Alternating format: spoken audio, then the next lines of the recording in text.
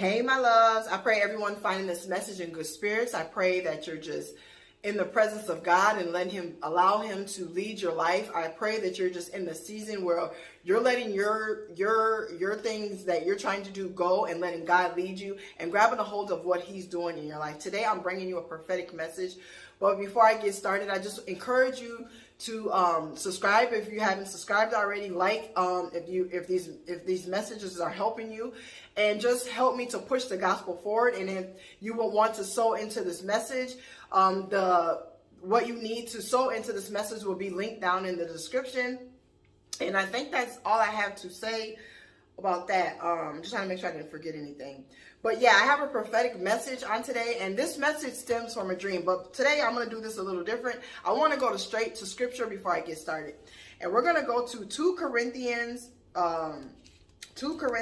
chapter 6, verse 14.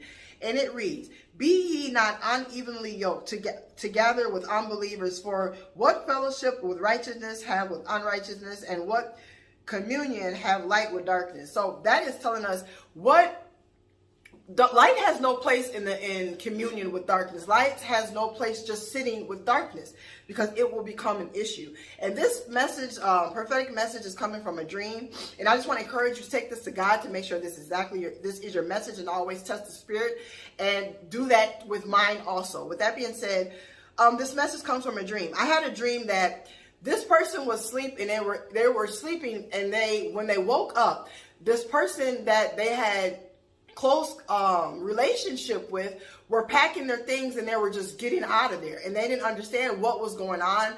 But this person was just moving, they were leaving, and the person that was sleeping just let them go. But a few hours later, they called that person and asked them, what did I do? Why did you leave and rest like that? What happened? And they said that they had did something that wasn't true. And what God was speaking to me after I woke up from this dream, he was saying that the trash will take itself out. The trash will take itself out. When you are growing up in the things of God, you're going higher. God's taking you to higher levels. God doesn't always have to remove the things that he was going to remove, because when you elevate higher, people around, some people will just be so uncomfortable with how you have grown, they will remove themselves from your presence because they can't take the light. Darkness has a hard time standing in light. If you notice, like if you wake up from, if you're in an eyeglass place and they turn off that light on you and they put those drops in your eyes, but then when they turn on the light on you and you go back into the regular room with the regular lighting and it's really, really, really bright and it's hard for you to stand it. That's how darkness feels when they're around light. Just encouraging you on today. What is the meaning of this dream? And that's what I just said. What the meaning of this dream is, that God is taking people that don't belong in your circle. He don't want you having fellowship with darkness, because he's bringing you up so high that they're not going to benefit you. They're not going to benefit you in this season. And he's saying to you, you need to do nothing. All you need to do is trust God and the things that he's doing. Don't worry about it. Stay in prayer so he can strengthen you. And you need to do nothing, because the trash will take itself out. I want to go to Corinthians 6:17, and that reads, "Wherefore come out from among them and be separate, saith the Lord, and touch not this unclean thing, and I will receive you." So he's calling you to come out from among them. But like he said, this is just another verse, just following up that first verse, backing up that first verse that I read.